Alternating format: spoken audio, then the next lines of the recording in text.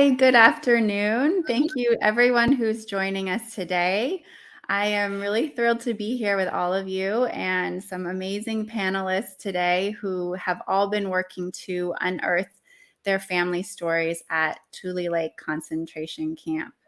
I'm Akemi Johnson. I'm author of Night in the American Village, Women in the Shadow of the U.S. Military Bases in Okinawa. And I'm currently working on a second nonfiction book about Tule Lake, where my grandfather was incarcerated and he renounced his U.S. citizenship along with more than 5,000 other Japanese Americans. So I am in the early stages of this project, and that's why I'm really especially excited to be here today with our three panelists who have long been doing so much to preserve and understand this really important but often misunderstood history. So I'm going to introduce our three panelists. One is having technical difficulties, so we are hoping that she's going to join as soon as possible, but I will introduce her now. So our first panelist is Dr. Tamiko Nimura. She is an award-winning creative nonfiction writer, community journalist, and public historian. Her work has appeared in a variety of outlets, including the San Francisco Chronicle, Zocalo Public Square, Discover Nikkei, and Nichibei. Her co-authored graphic novel, We Hereby Refuse, Japanese American Resistance to Wartime Incarceration, has won several awards. Tamiko is the direct descendant of Japanese American World War II incarcerees, and she is a member of the Tule Lake Committee. A native Californian, Tamiko now lives with her family in Tacoma, Washington, where she is acting affiliate assistant professor of urban studies at the University of Washington, Tacoma. Welcome, Tamiko. Thank you, Akemi. Thank you for being here. We also have with us Diana Emiko Tsuchida, who is the creator of Tesaku, an oral history project and journal series dedicated to preserving and sharing stories of the Japanese American incarceration and Japanese American World War II experience. Her work has been featured on NPR's Code Switch, NBC's Asian Pacific America, Smithsonian Magazine, a TEDx Peace Plaza talk, and a forthcoming documentary on the incarceration called Snapshots of Confinement. Her Kibe grandparents and father were incarcerated in Santa Anita, Topaz, and Tule Lake. Her grandfather was a vocal resistor against the incarceration and was sent to the Citizen Isolation Center in Loop and the Department of Justice camp in Crystal City, Texas. Hi, Diana. Hi, thank you. Thank you. And our last panelist, who again is having technical difficulties, but we're hoping she'll be here soon, is Kyoko Oda. Kyoko was born in the Tule Lake Segregation Center. Her parents named her Kyoko, but she was called Nancy after her kindergarten teacher forced her to pick a so-called American name. At age 75, she reclaimed her birth name. Kyoko is now a community activist for the Tuna Canyon Detention Station Coalition and the San Fernando Valley Japanese American Community Center. She is the publisher of Tule Lake Stockade Diary, a rare translated account of the hunger strike in the WRA's most notorious concentration camp, Tule Lake. So hopefully we'll be seeing Kyoko in a minute. And so I have a lot of questions. Before I dive into them, I wanted to give a bit of a brief background on Tule Lake for those who watching who might not know the history. So Tule Lake was one of the WRA's 10 concentration camps where the U.S. government incarcerated Japanese Americans during World War II. It was located at the northern edge of California near the Oregon border on a desolate, dry lake bed. The area was once home to the Modoc tribe before the U.S. government forced them off their land. Tule Lake became unique among all the camps after the WRA instituted its infamous loyalty questionnaire to inmates in all the camps in 1943. And the U.S. government decided that anyone who answered this questionnaire in a way they deemed incorrect would be sent to Tule Lake. So Tule Lake soon became a maximum security segregation center for so-called disloyals. The reasons people ended up or stayed at Tule Lake were diverse and included resistance against the incarceration, wanting to avoid family separation or movement to another camp, and choosing to return to Japan. But after the war, all Japanese Americans who were incarcerated at Tule Lake were often seen as no-nos and faced discrimination from within their own communities. And so because of this, many people were reluctant to talk about their time at Tule Lake especially, and sometimes they didn't even want to reveal at all that they had been incarcerated there. So, I think, for these reasons, because, the history has been especially repressed and misunderstood, the act today of resurrecting these stories takes on a special importance and urgency when we think about, reframing these acts of resistance that occurred at Tule Lake and drawing to connections to today. So I'm going to start asking some questions here. And for those of you in the audience, if you have questions, please type them in the comments box, and we will make sure to save some time and come back to your questions toward the end. So first, I'd love to hear from both of you, about your families. So, who was at Tule Lake in your family, and how did they end up there? Do you know if it was because of this questionnaire and how they answered, or was there some other reason? Tamiko, do you want to start? Sure. My father and his siblings and my grandparents were all at Tule Lake. They came there from Arboga Assembly Center near Sacramento. And my uncle Hiroshi Kashiwagi and his family were also there at Tule Lake. Same situation. They started there right after the Assembly Center, ended up there as well. And they stayed through the segregation. That's right. Mm-hmm. And do you know about? My grandpa says that he actually closed out Tule Lake, or was one of the last people to leave.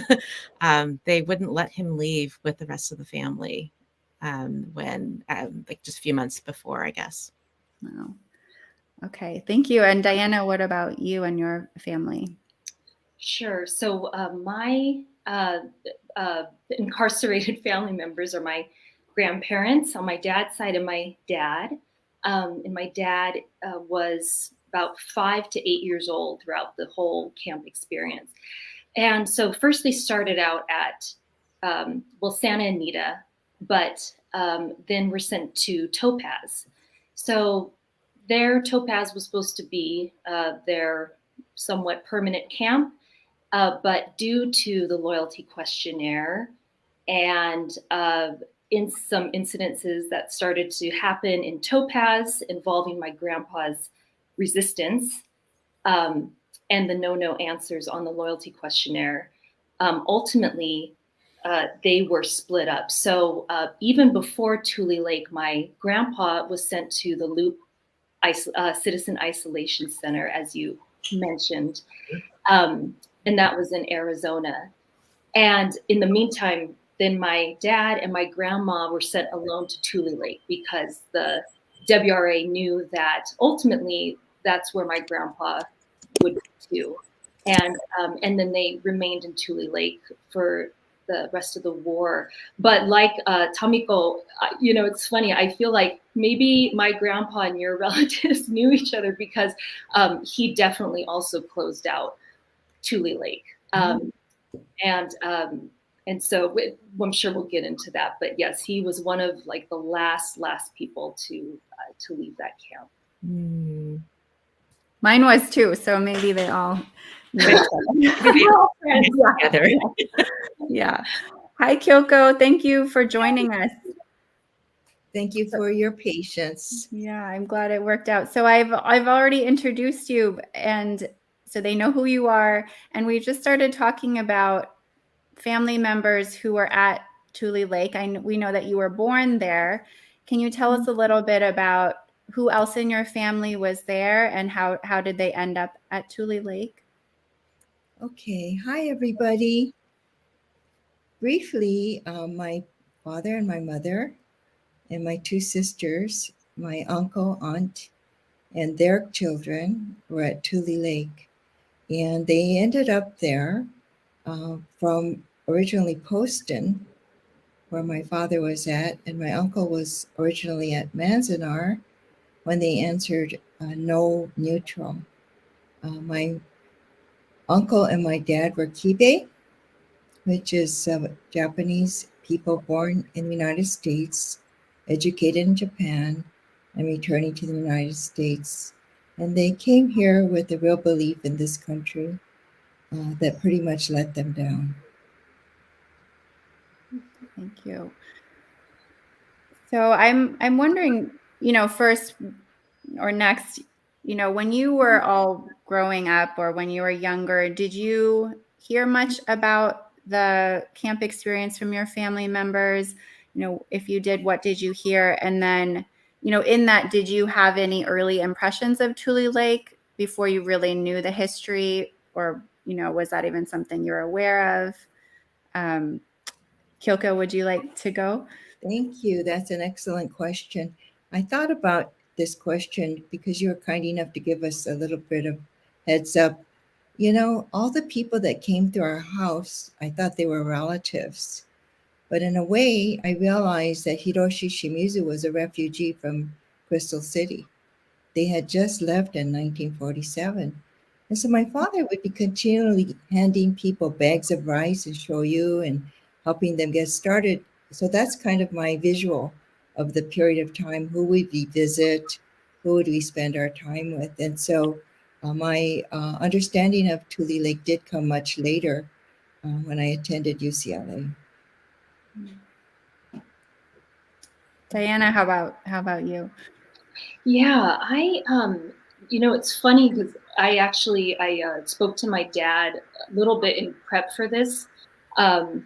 Even though our conversations end up being exactly the same, it's like I think I've gotten all the information from him, but I did ask if he remembered how early it was that I began asking questions, and his memory is that I was asking a lot later, but I actually know that I asked when I was pretty young and it had to be at least maybe, because I remember doing projects on it in school. But the most vivid memory that I have of why I knew something had happened to our family was that in our hallway, my dad had the framed apology letter from Bush hung up on the wall, like next to his judo photos, and so, and that was, that's a very formal, intense letter, and then my dad is a history buff and would have a lot of books on the experience, but of course, that is because it happened to him, and I think he wanted to have some clarity around it as well. So I know that I asked pretty young, and to my dad's credit, he was always open about it and never turned me away from any questions. But I know there were times where he couldn't go into depth because the memories hadn't resurfaced yet, and that happened much later as my own knowledge expanded. It says so much that he framed that letter and then, put it where you could see it. And I know, which I understand was pretty common, or I don't know if other families out there had that, but I know that a lot of families framed the letter and put it on the wall, which is really interesting and sort of proof, right, that they weren't at fault. So. Right. Mm-hmm. And Tamiko, what about you? What did you hear growing up? So I think I remember just sort of bits and pieces about camp at our Shogatsu New Year's gatherings. But very clearly, I remember in 5th grade, I got to read Yoshiko Uchida's book, Journey Home, and I got to go meet her. And I think I read backwards and then read Journey to Topaz. before that. And sometime in there, I read for the first time my dad's book that never got published called Darula, which was his memoir of his time at Tule Lake. So that was all really, pretty young, like, 10 and younger. And then I interviewed my oldest niece auntie in my junior year of high school, and really just started to dive into things more in college and after and then a little bit in graduate school and after I left academia. Wow. So pretty early on as well. Started getting some information. Yeah, that's great. So Kyoko, I wanted to bring up, so you have something, really special in understanding your family's experience at Tule Lake, which is that your father kept a diary there. It seems like a very detailed diary, right? And it includes his time imprisoned in the stockade. And for those of you who don't know, Tule Lake had, a jail within a jail, which authorities created in November 1943 when the WRA called in the army to occupy Tule Lake and declared martial law. And at that time, officials began arresting men at Tule Lake without charges and detaining them indefinitely in the stockade. And your father writes, Kyoko, that a lot of those stockade prisoners didn't even know why they were there, why they had become imprisoned. So can you tell us a little bit about what you know about how your father ended up in the stockade and what were the conditions like there? Okay. Basically, my father was in the Tule Lake stockade unwittingly because he signed in at a meeting. And I see that they put my PowerPoint up, and I'm going to just walk through it and try not to take everyone's time. I want to be very cognizant of it. So this is rather short, so bear with me. In camp, he named me Kyoko, which you'll see in the Ireicho at the Japanese American National Museum. And so for today, I put that back up. And I was born on May 20th, 1945. Next slide. So when I was born, and I'm going to get to your question, my father did not have a camera. It was maximum security.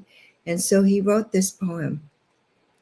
And basically it says, and those are my footprints, and it's kind of spotted, but it's a treasure. And it says, the world is in chaos and the future is unknown, but she will bring harmony and bring the family and the world together. And so those were kind of like my marching orders for life, because every day, every job, everything I've done, I've tried to bring people together. And so when you look at this and you think it's just a piece of paper, it has been the principle of my life. So the next slide, please. So this is a picture of my dad on the right. He looks like a young fellow. He's actually still in Japan in this picture. And on the left side, he's standing in front of our family garage in Boyle Heights with the same flag. And behind him is the flag, which I currently have. So he had, when he answered the question, very strong feelings about Japan, having been educated there for 17 years with his brothers. And so I would call him a transnational.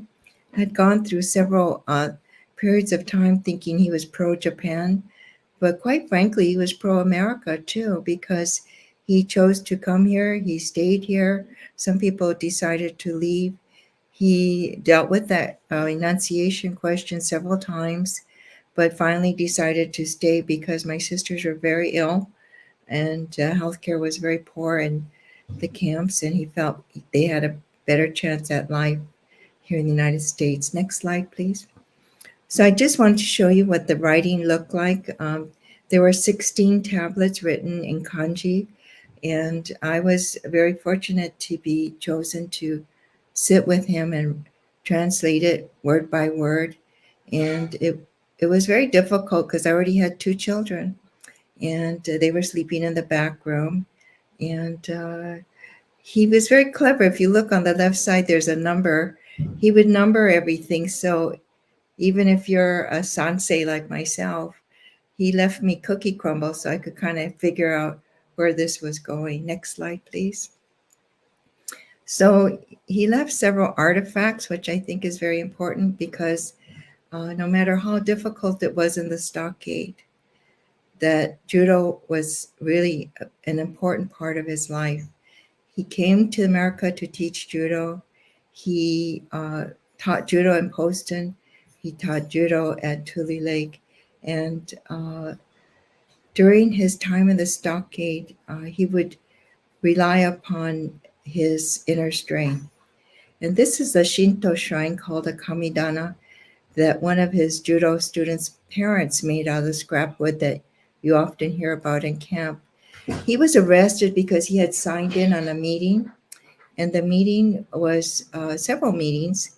They had one to call all the people who are doing recreational. He's a judo coach, and he was telling me later that it was ridiculous that they were reducing staff when the population of Tule Lake, when they became a segregation center, was almost doubling in need. And so anyway, he was already agitated. So he went to this meeting, signed in. My mother says, "Why did you sign in?" He says, "Well, I have to be courteous. They say, please sign in, you sign in." But he spent 100 days in isolation, basically not quite totally isolation because there were 200 other men. It started off with 9 men in a tent in a very cold November day. On martial law was called on November 14th. The diary starts on November 13th when he was picked up in the dark of night. You ask about the conditions there. The food was poor. They were treated with bayonets, pushed around, and beaten basically, and mentally as well as physically. So let's go to the next slide, please. And this is a picture with the team, the teaching team, the judo team. Actually, I know some of these people, which surprised me because your reality, you start to go, oh, there's this person that used to come to our house. And so it's called the Daiichi Dojo at Tule Lake. Next slide, please.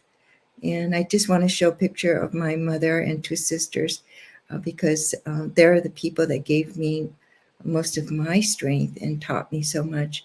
And my sister Sayuri is the oldest one. She was 7 years old at the time. And my other sister is Masako, and she was 4 years old at the time. And that's our family number when we were still in Poston. And it's black and white, as you can see. I wanted to share that because the next picture is very important. Next slide, please. So this is my sister Masako, who is the little girl. She's 6 years older than myself. And you can see she's wearing a judogi. She and I decided to honor our parents by wearing our judogi in the Manzanar pilgrimage for 3 years. And we carried the Tule Lake banner. We were very proud to do that. And so she wore her judogi and I wore mine. Next slide, please. And I'm going to end with this. My sister was highly traumatized, although she was 4 years old. And so she, at the age of 70, after attending her first pilgrimage in 2009, began to create ceramic pieces. This is made out of clay, wood, barbed wire, and this one's called gaman. And basically that's a death mask on the cover, and the other pictures are people she saw. Children don't talk a lot, but they see and they feel. And this is why I'm so concerned about the way children at the border are being treated. I'm concerned about, things that are happening today. And hope I answered your question.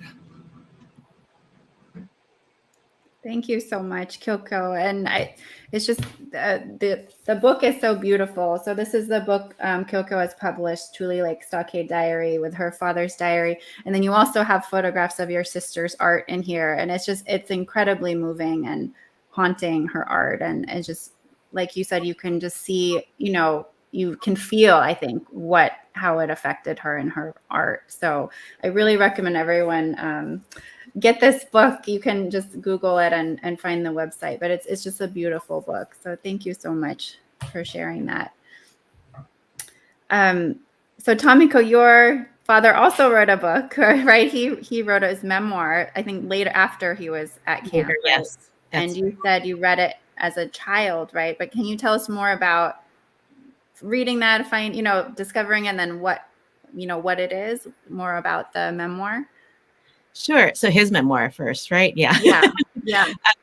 So maybe we could bring up my slide, Kimiko, if that's okay. Thank you. Just a small picture of my dad in camp, but it's the only picture that I know of him in camp. And I didn't know about it or find it until after my oldest niece auntie had died, and she had a scrapbook. And in that scrapbook is where I actually found this picture. And so this was in like 2010 or so, like a while, or maybe even 15. But anyway, it's a long time after he had died. He died in 1984. So yes, my dad wrote a book called Daruma, The Indomitable Spirit. So typewritten manuscript that he wrote probably in the 1960s or so. The only date that I have attached to the whole book is 1973, and that's actually the year that I was born. And I believe that he finished the book. I like to think that he finished the book the year and the month that I was born, December 1973. That's the date stamp on there.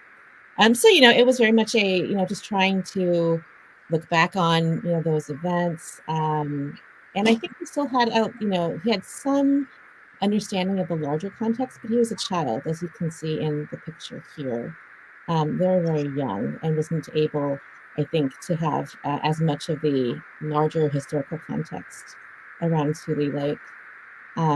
But I still have that manuscript, and I'm working on my own, which will incorporate his. Yeah. It's so valuable to have that type of material to help understand your family. Mm-hmm. Yeah. So Diana, I know, so I don't think you have a manuscript or a diary like that, right? But you said you started talking to your family members, your father, as a pretty early on as a child, and that those conversations kind of evolved over time. So could you tell us a little bit about, what that was like, starting to talk to your dad and maybe other family members at first, and then how those conversations changed over time? Yes. I think I had always found it really fascinating that this national injustice, right, and something so abhorrent affected our family directly. And I think, I can only attribute that kind of passion for this history to my grandpa, because I don't think it really infected anybody else. And my family, and I knew that something so rich and interesting and worthy of uncovering was here, to learn about. And so I guess I have to say that it's been well over 20 years that I have delved into this topic, and then definitely within the last 10 that I've just totally hounded my dad all the time to get his stories. And and again, like I mentioned, he was always really open about sharing. And the pieces of his stories, though, which basically boiled down to the Santa Anita stables, them living in there, being in Topaz, his father being arrested, and then the tumultuous time of Tule Lake. This is really all he could share with me. Basically, that Tule Lake was awful for him, because of him being a child and because of my grandpa wanting him to learn from the Key Bay teachers, who, really, in some defense of their defense, were preparing the children for a life back in Japan, because I think they wanted to not allow them to live in a country that incarcerated them. I mean, and I can't speak for all, but I'm sure that's why my grandpa did that, and wanting them to learn the language and preserve their heritage. So, but my dad had a pretty bad time learning from them because they were mean, and they had really, really old school ways of educating their kids. But it wasn't until I requested the WRA files from the National Archives that told me this much fuller story of my grandfather and what he went through. And just for a visual, this is not all of it. This is just the WRA records. This is how much material they have on him. There's that binder. And then in conjunction to that, this is the Department of Justice file on my grandpa. So he had quite a record on him. And this is where all the gaps started to be filled in for my own knowledge. And then passing and also then sharing them with my dad. So the thing that set off everything in Topaz was that my grandpa was making speeches at some of these Hibe Nisei and block hall, or I guess block meetings, encouraging people to rethink how they answer the questionnaire. So I think these meetings were happening in March or so of 1943, and he was very vocal about telling the people, why don't you think about answering no? Because our civil liberties have been taken away, and they're asking us to register and die for our country, but they won't restore our rights. So that got him into some hot water, because there was I'll briefly explain this, but I feel like it really helps lay some context here. There was an op-ed or a letter written from an anonymous Issei person who my grandpa was convinced was writing to him, directing this to him. And I'll just read one small excerpt from what this letter was, published in the Topaz Times. And so this is from the Issei. And he's basically calling the Kibeis cowards, saying, if you truly had pride for being Japanese, then you would understand that your country is calling upon you to serve, and you should go and serve them. So he says, this is really interesting. He says, I asked them again, if they are truly asking for their citizenship rights, why did they not ask for it before the mass evacuation? They were so confused at the time that they left their homes and properties behind them and evacuated helplessly like those steer and horses driven to the slaughterhouse, didn't they? So, and it goes on, but that's pretty strong language. And my grandpa got into this controversy because he wanted to know who the author was, and nobody would give up the name. So my grandpa, who was just an incredibly righteous man, obviously, was asking different people who worked at the newspaper to tell him who it was, and they wouldn't tell him. And my grandpa got into some physical altercations with these people. So not really condoning that, but it was, I think he just felt backed into a corner, and he wanted the truth to surface, and he wanted to know who was writing this. And then later, my grandpa wanted to write a response to this and publish it in the Topaz Times. And I do have the two letters that were, I guess, roughly translated from Japanese. And I don't think they let him publish this, but they are in his records. And I thought it would be worth just sharing this, because I think this is really powerful, what he said. So he says, I was the central figure in the fist-flying violence which came to pass over your statement. You reiterate Yamato Damashi and universal brotherhood after every word. But who is this scoundrel throwing topaz in disorder? It was on account of you, that a person was victimized in that riot last week. He says, if you threaten us on the strength of your Caucasian backing, so meaning the protection of the WRA administrators, we have justice on our side. We will risk our lives for the sake of justice. We will fight unto death. Now, I mean, that might be kind of lost in translation. I don't know if that would quite have what he would have said, but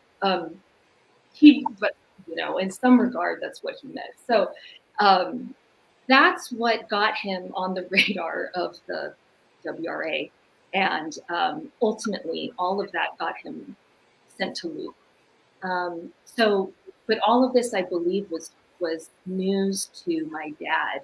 I think he knew that my grandpa was causing a stir, but I think exactly why I wasn't sure until we looked at the records and saw this. Wow. Yeah, Kyoko. Diana, thank you for sharing that, because we know about the difficulty of making the decision whether to say yes, yes, or no, no. And, what we've heard about ladies having to sign up as well as men and so on and so forth. But, when your grandpa went to Loop, that was extremely terrible place to end up, because I saw the film Bitter Legacy, which they don't pull any punches. It's just incredible how horribly they were treated. But they do talk about Yamato Damashi without shame. And, it's kind of like at points they want Japan to win the war, because they're not being treated very well here, right? So I could just see your grandpa and my dad talking. It'd be so cool. Just like you're saying, probably Tamiko's uncle and all these people, because they were very spirited and very honest. I think when you say what you think, it may have been like too far to say that they would give your life. Well, for my father to go on a hunger strike to the end, he was willing to risk his life for his principle. And I've been asked this many times, what would I be willing to give my life for? Because he had 2 children waiting outside, beautiful wife. She was 27, he was 33. To really believe in this thing called America, they actually studied and believed that America was going to be their home, and to risk your life to prove a point, because the Spanish Council wasn't responding. WRA, I think it's funny that your grandpa called them Caucasians, because we just call those white people. I'm not offending anyone in the audience, but, it's that's how it was those days. We were such an incredibly small minority. Right. So thank you for sharing. No, thank you. Yeah, Kyoko, it's amazing. If you read his diary, he gives an account of this hunger strike that occurred in the stockade, right? And do you want to tell us anything else about that hunger strike, and how many people were doing it, and what were they protesting exactly? I want to watch the time for you all, but basically the hunger strike started on New Year's Eve. And, New Year's is their most important holiday for us Japanese culturally. And food was delivered and they refused to eat it because it was time. They had signed, 200 men had signed a promise to each other that they would have this hunger strike. And they were strong at the beginning. They just felt invincible. But as the days wore on, people got sick and people got weak. And he wrote about the young boys being hungry. But, prior to that, they were being fed very little and very poorly. And so they were in very bad condition. And it's the dead of winter. Tule Lake is closed for the season. This is October 15th, right? This diary is written November 15th. The hunger strike is December 31st. It is cold. So, they are tough. They're really tough, and they're saying, we need to be heard. We're not going to put up with this, and we give our life on the line. And he writes about not only for himself and the 200 men, but he calls them all the 16,000 colonists, because they're colonists at that time, which ended up 18,000 as people kept streaming into Tule Lake.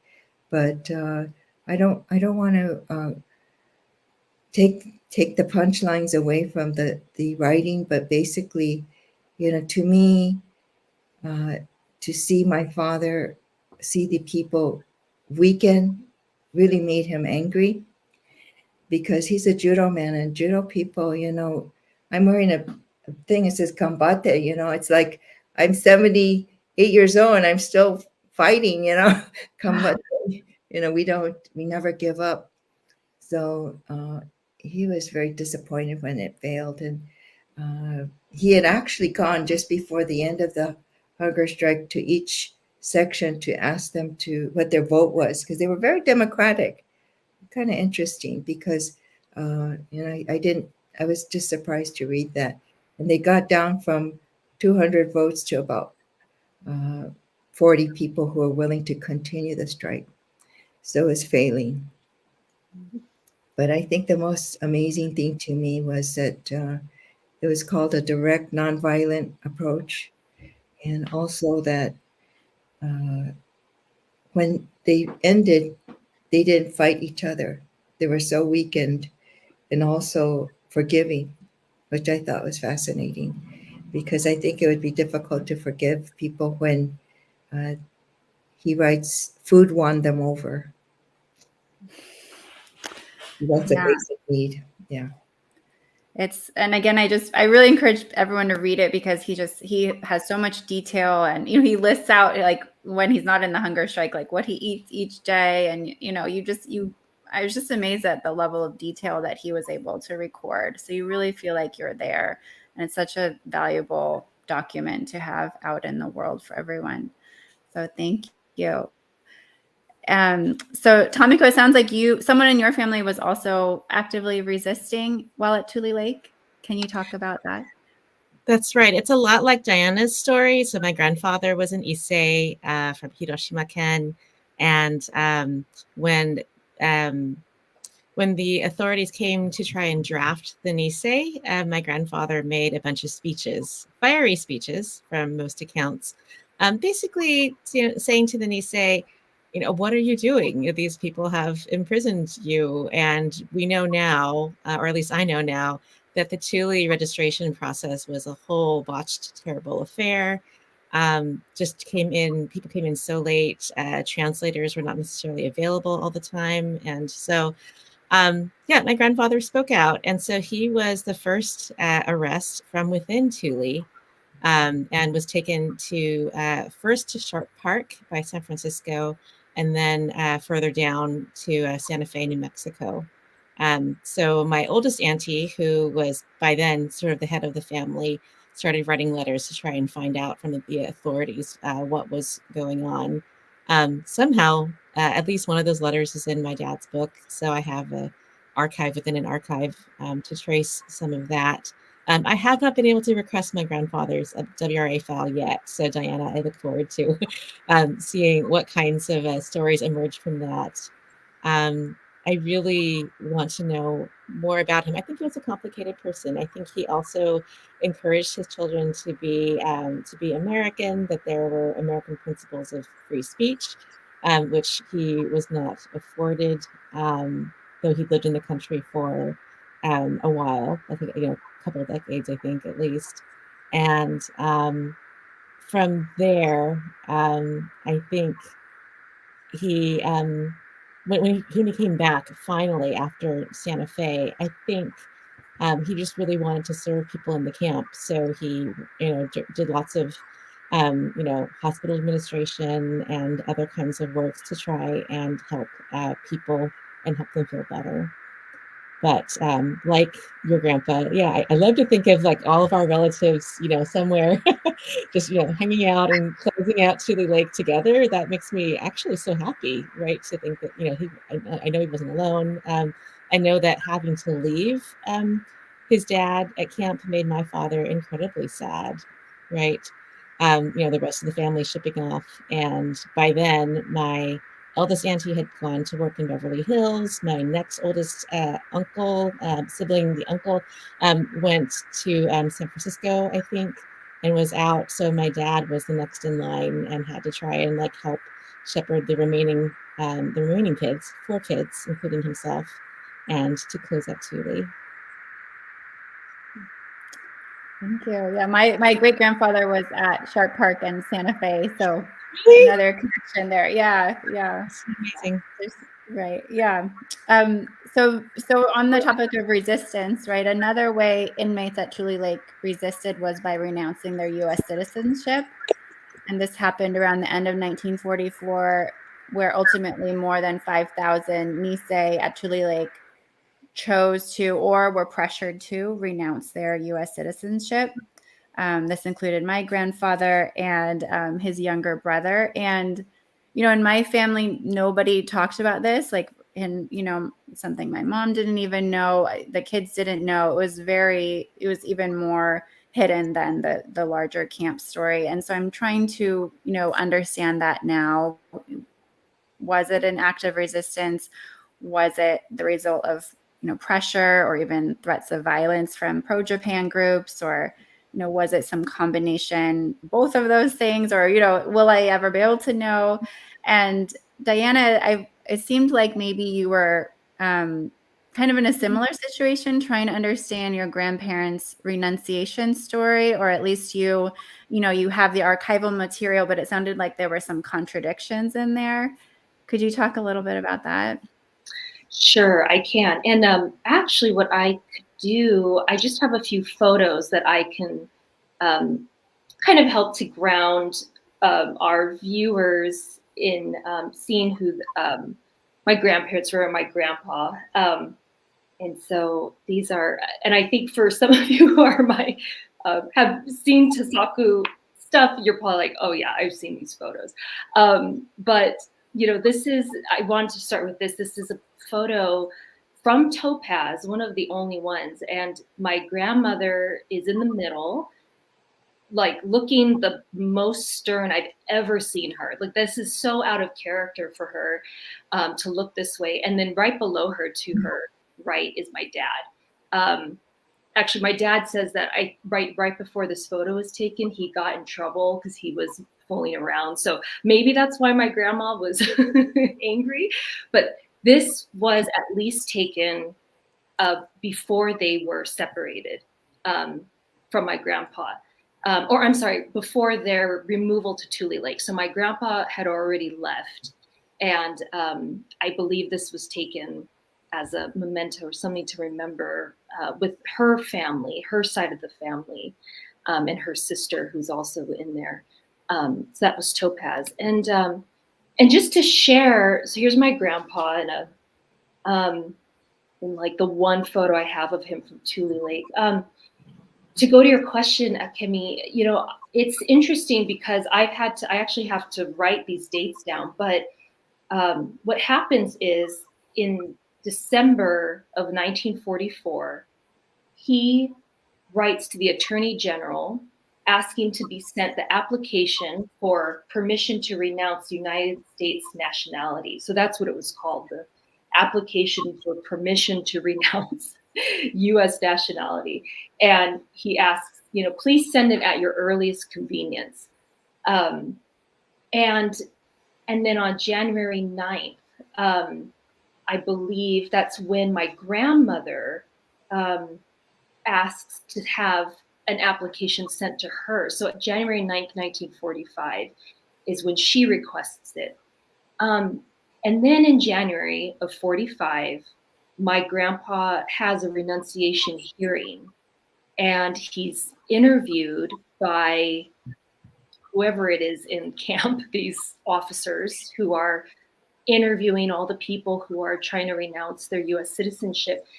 And in it, he's saying to them, I want to go back. I don't want to be here. They're also asking him really ridiculous questions. Why is your head shaved? He's like, I'm a Japanese school teacher, so my hair is short. And they ask, are you part of the Hoshiran, which was one of those pro-Japan groups? And he says, no, I'm not. And then another interesting thing is they say, why does your sweater have the rising sun on it? And he says, no. So these details are so funny, and how they were trying to prove their disloyalty within an interview in which he's trying to ask them to let him leave, the United States. It's just so bizarre. And so there's only 2 pages of this interview, but then the next page of the records that we have is my grandma's interview to renounce her citizenship. And you can really tell, and this also coincides with what my dad remembers, she did not want to go back to Japan. She wanted to stay. And you can tell in her answers that there's a question that says something like, are you sure? Are you the one that really wanted to leave the United States? Are you sure you're answering truthfully? And the response is no answer. And then they reiterate it again. She goes, yes, I want to leave. Well, my husband is leaving, so I want to leave too. But what my dad has said is she didn't want to go back. And she told my grandpa, you go back by yourself if you want to go. And so what happens, though, is that within this time, my grandmother, my dad are released in early 45, so maybe February or March. But my grandpa stays another year in Tule Lake. And at that point, in January of 1946, so an entire year has gone by, he writes his first, what I just call his apology letter, to the WRA, or to the Attorney General, basically saying, I actually made a mistake in my hearing. I didn't really know what I was renouncing. I'm mistaken. I want to stay. Can you please give me one more hearing? And then our records jump to to Crystal City. And so a lot of time goes by. And, Akemi, one of the questions you had asked us to think about was, what do we still not understand about our family's incarceration history? And one is that I would have loved to know for sure that while my grandpa was in Crystal City, that Wayne Collins, the very famed attorney who took on all these cases, helped my grandpa. And I'm sure he did, because he was part of that group. But there's no definitive evidence that, it was Collins that was helping him. But in that letter, or in the next letter that he writes, it's really, really intense. This really incredible apology letter. And if I can, I would just love to share an excerpt from this, because I think it's so, I know that he had help writing this, and maybe it was totally written by Collins or the team or somebody else, because my grandfather's English wasn't to this level. But this is what got him to be released eventually. Him begging for his citizenship back. And he says, I most earnestly report my self-consciousness as an American citizen, and ask your special reconsideration to give me chance to leave this camp to step in a new life of freedom. I am deeply regretting many faults and mistakes which I did in my camp life. And then he kind of gives an overview of his experience going to Luke. But this is really interesting, that towards the end of this letter, he says, he's starting to say, I'm glad Japan is defeated. And he says, it will surely be called very lucky that Japanese militarism totally defeated by the Allied forces. Japanese people have gotten freedom from the grips of militarism and rope of feudal system.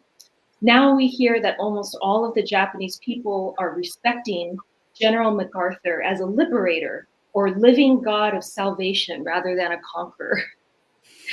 And it goes on, and he finishes that letter. But I mean, that's something else to have said that. I'll just finish with this photo. This my grandma, my grandpa after camp. But it's like, well, let's never mind that these 2 atomic bombs were dropped on the civilians of Japan. It's just this incredible hypocrisy of the policies of the United States and them being incarcerated and then begging for their freedom to prove what? That they were innocent the whole time. It's incredible what they were forced to say. And so that's sort of, in a nutshell, their renunciation story. And they did not go back to Japan, but they were very close to going back. But in my heart, I don't think my grandpa was ever sorry for what he did.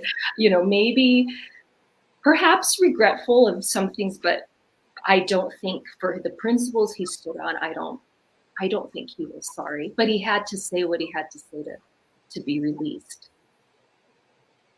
Thank you. Thank you. I think it's just so interesting how you have these official documents, but then you have to really work to try to understand or even just imagine what was really going on the other side. Yeah. So thank you for sharing that. So I had some questions, I think, that relate to one of our audience questions from Julie Abo. I wanted to note that all of you are involved in not only learning about your family stories, but also sharing them with a larger audience. And Tamiko, you have done so much writing over the years about the incarceration and other people and your family, yourself. And I know you're working on a book project currently. So could you tell us a little bit about that?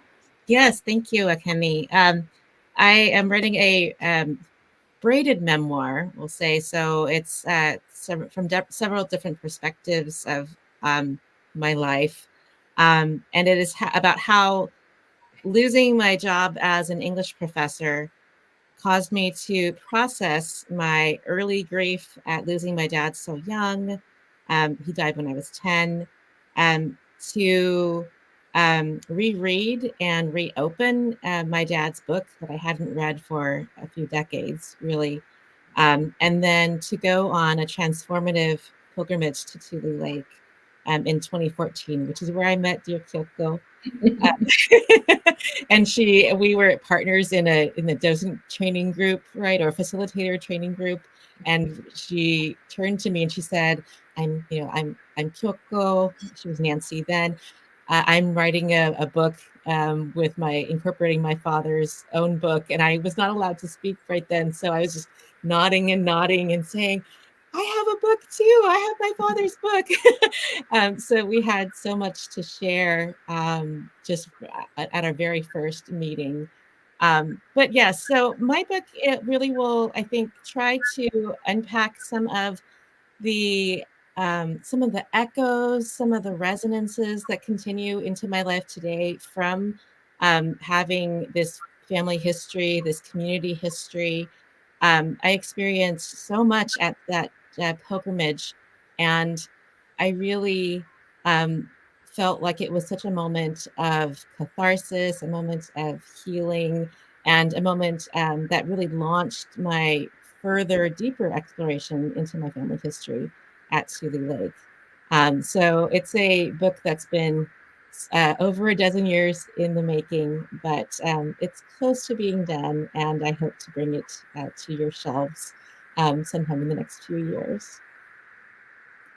I'm very excited about that. So thank you. Thank you. And yeah, so Kyoko, we mentioned your book that you published, right? Can you talk a little bit about your long process? I know that was also a long process for you, and you write that it really started in 1972 when you were a student at UCLA.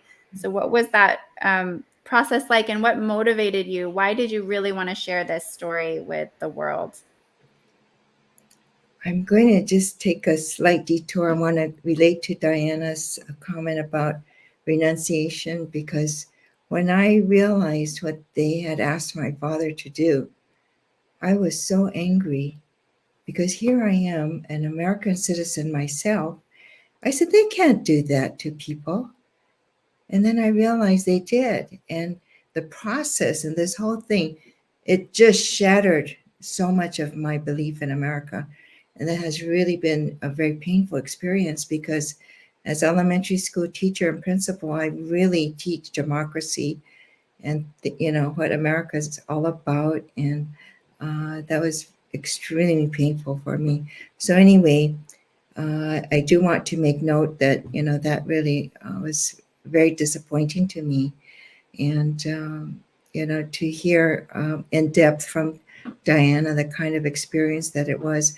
Looking forward to Sharon Yamato's movie Fighting Irishmen coming out next week or so. So back to 1972, we go to school, we get assignments like tell us maybe about your grandmother's life or something. And anyway, I was in Asian American Studies class at UCLA. I didn't have the easy road. I already had two boys. My parents didn't want me to go before that, actually, because they felt UCLA was too far, too expensive, all these things. It was quite a big leap. But my wonderful husband has paid for all of my education, and I just ate it all up. I just enjoyed it so much. So I was given an assignment by Ellen Moriyama, my teacher, and he said, I want everyone to go home and bring back an interview or story. And so I said to my dad, it's time for us to translate this diary. I had known about it. I had encouraged him through the years to talk about it. We had gone to the different pilgrimages, the Manzanar pilgrimage.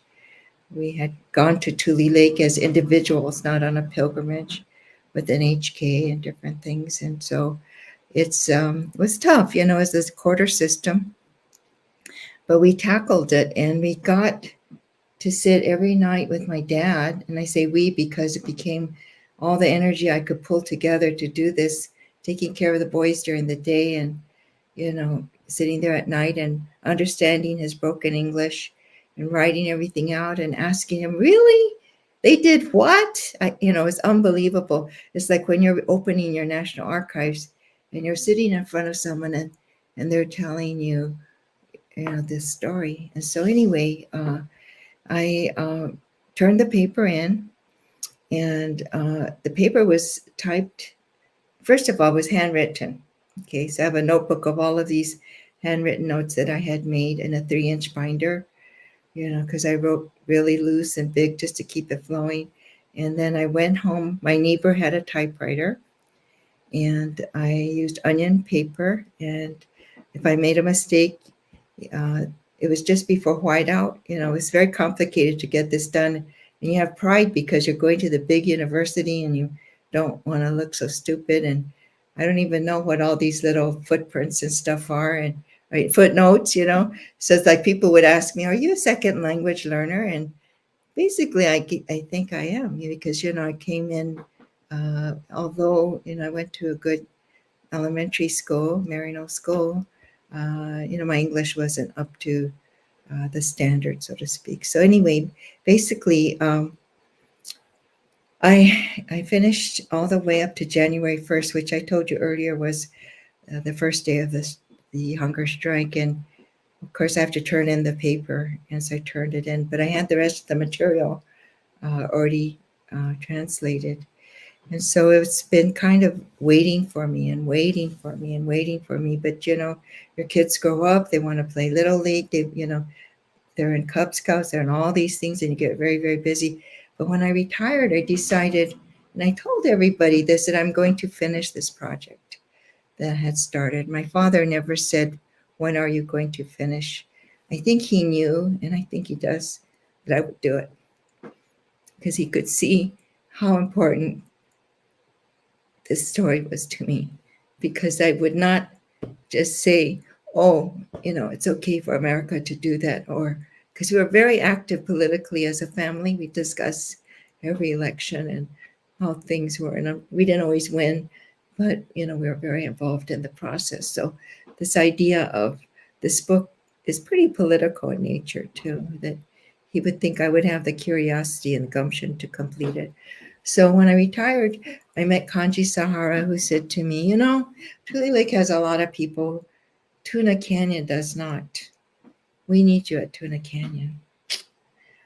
I don't know if you know Kanji Sahara, but he's a great visionary. And so we try to write parallel lives, try to get two things done at one time. The thing that pushed me over the top was facing death, because I was very close to, I had cancer in 2020, and I said, I've got to get this book done.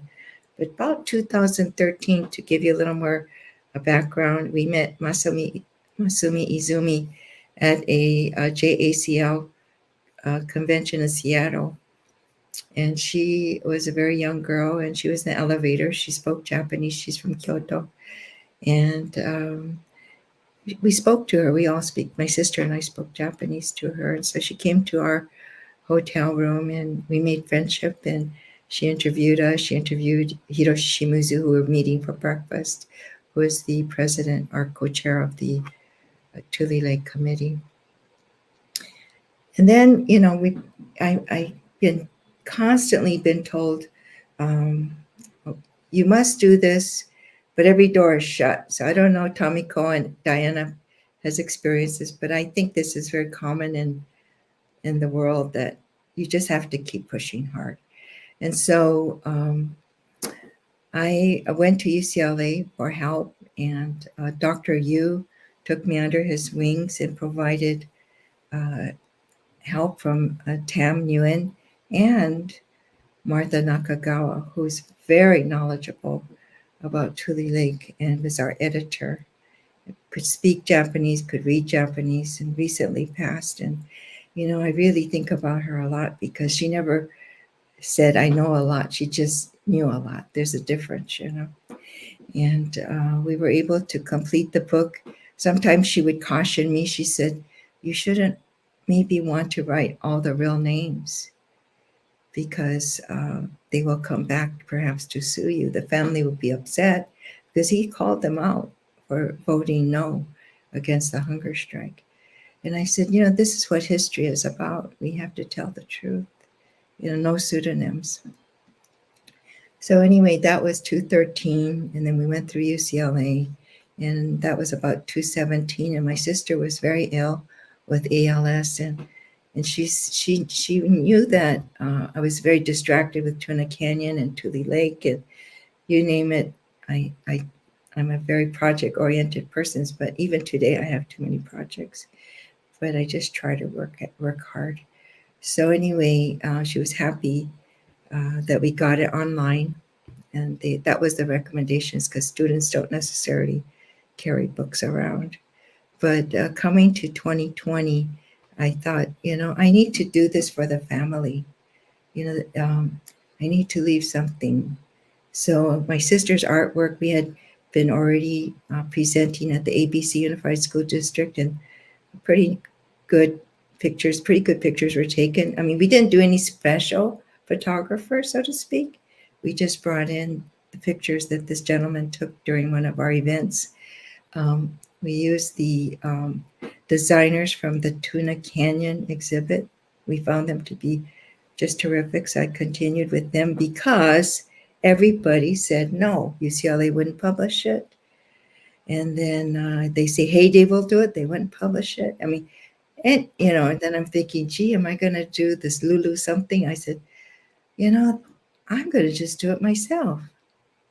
My son said, Mom, what you going to do with your money? I said, I was going to give it to you, give it to the grandchildren. He says, no, go ahead.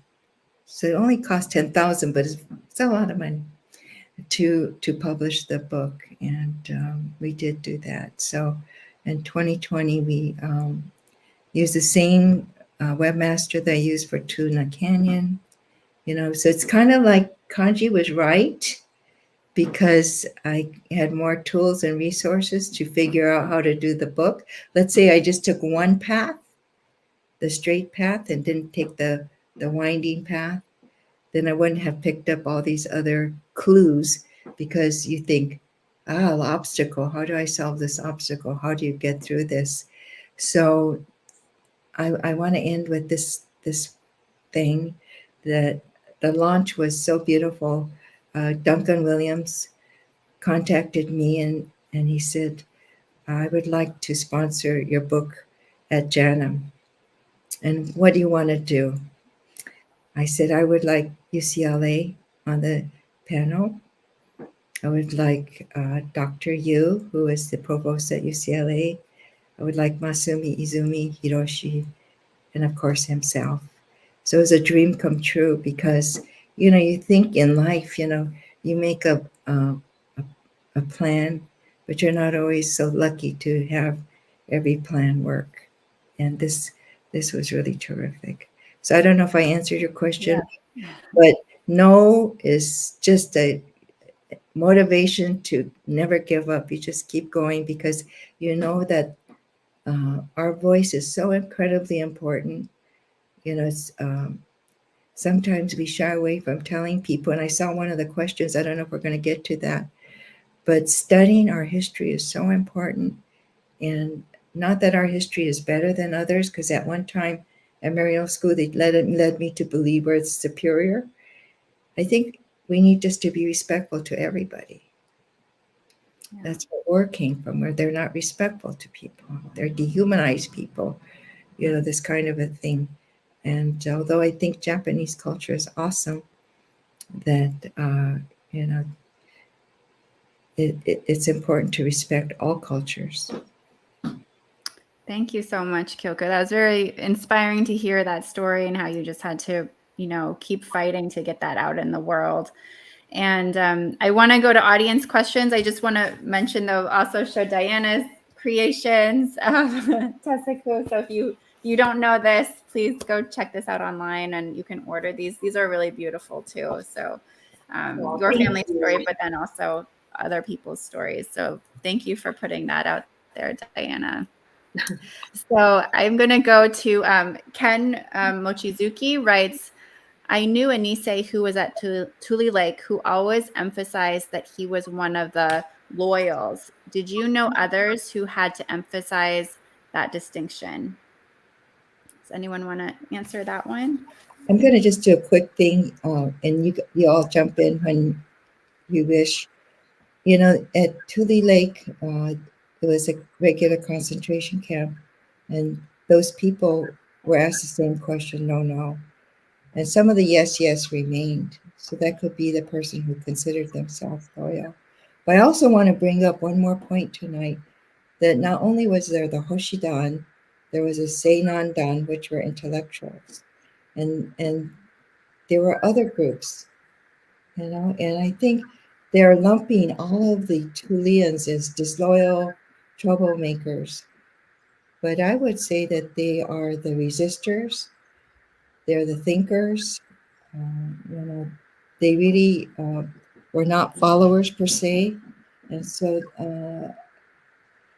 in a way, telling your truth is suffering, but we're Buddhists, so it's okay with me. I think, okay, if the world doesn't like that, they don't agree with me, that's okay. I'm fine with the way I think. I may be in the minority, but that's okay.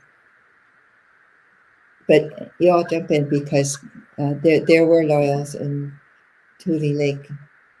Yeah, I wrote back to Ken in the comments and said that I've definitely heard the old Tulian distinction, right? There were the old Tulians and the new Tulians, which was kind of the pre and post segregation center era. And so I wonder if it's similar.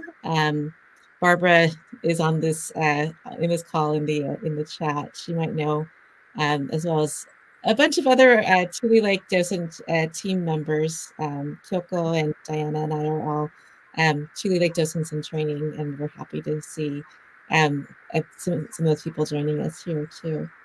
So we can put that out to the group as well. But I'm guessing it's a sort of old Tulian distinction. That's my hunch.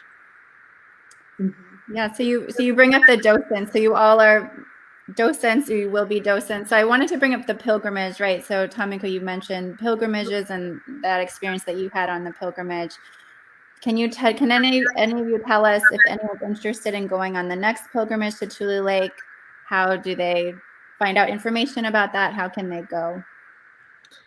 Yeah, to the best of my knowledge, the pilgrimage committee is meeting and planning, and will make an announcement early next year. And I don't want to say too much because I don't think anything's been decided for sure. But I believe the planning's underway. Hopefully, we'll all be able to go. But given the state of the world, it's hard to say for sure, at least right now. And I will jump in and say, yeah, this is that program that the Tule Lake Committee received funding for, was meant to get descendants of Tule Lake involved in the direct pilgrimage tours, and also for them to learn the land itself, the physical layout of the land that exists today, and or as it exists today. And over the Memorial Day weekend this year, the docents were taken on a trip up to Tule Lake for what felt like to me truly like a mini pilgrimage that was so incredible and transformative. And I do have to say that, the legacy of this camp where our families were is so in the hands and leadership of Barbara Takei, Hiroshi Shimizu, Stan Chikuma, and Ken Nomiyama. And I mean, I'm missing other people, but you know who you are. And it's so humbling because when you go up there and you hear how they speak about the camp, you realize you don't know anything about the camp. You're just so humbled, and how much there is to unearth from that site. Putting together your family story with the physical space is quite a challenge, and to let other people understand that. So that group, the Tule Lake Committee group, that's on the cutting edge of that fight to preserve Tule Lake, I think is that next chapter of the resistance for us as descendants, because there's a lot going on there that's so unique to that site, and that we need to really understand it ourselves as descendants. So I want to thank all of those, the leaders of Tule Lake, because they're amazing. There's also so much misunderstanding and misinformation about Tule within the Japanese American community in the current location of the town of Tule Lake, right, and the surrounding areas, and in our national history, right. There's a lot that we have. There's a lot of work to be done, right, to clear up some of that history, to clarify it, and to really to let the survivors and descendants have voices in speaking out again about what happens at this site. Thank you. So I'd love to wrap up thinking about, there's a lot going on in the world right now. This has been a very difficult past week plus. And, do any of you have thoughts about how we connect Tule Lake, the story of Tule Lake to today? What's the relevance that you see for today? What can we take away from these stories? For me, it's about family separation.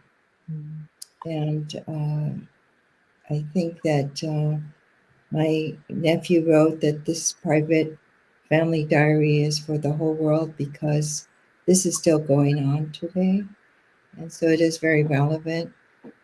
I do want to add one more thought that's not quite with what you're saying, if I may.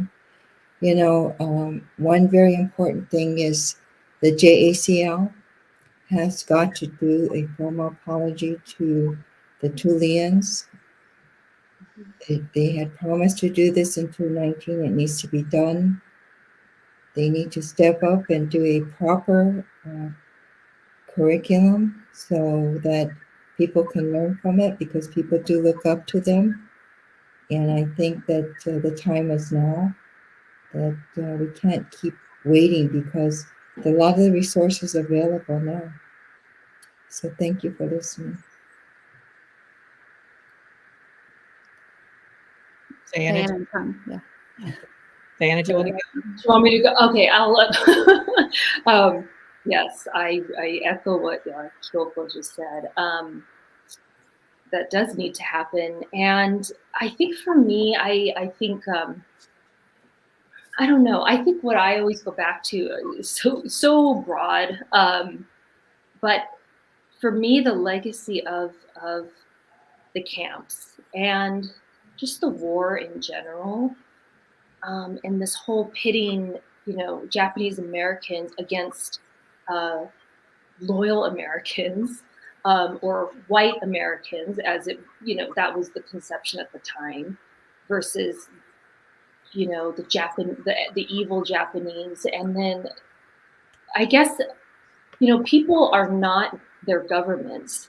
People are not representative of their military. And I think what happens is, the civilians, the families, the everyday people that were truly swept up in these global conflicts are not the people that made these decisions to either go and attack Pearl Harbor or, or the military or the imperialist, agendas of Japan and the United States. And, it's just, that's what's, I think, what's so crucial and what we forget is that we tend to lump people in with the practices of their governments, and that's not the reality. What ends up happening is people suffer because of the decisions that militaries make and governments make because they have issues and and there's conflicts and they want to solve it through violence. And that to me is that legacy of why World War II has so many misconceptions. People are not their governments, and then we can understand more humanity if we understand that. Yes.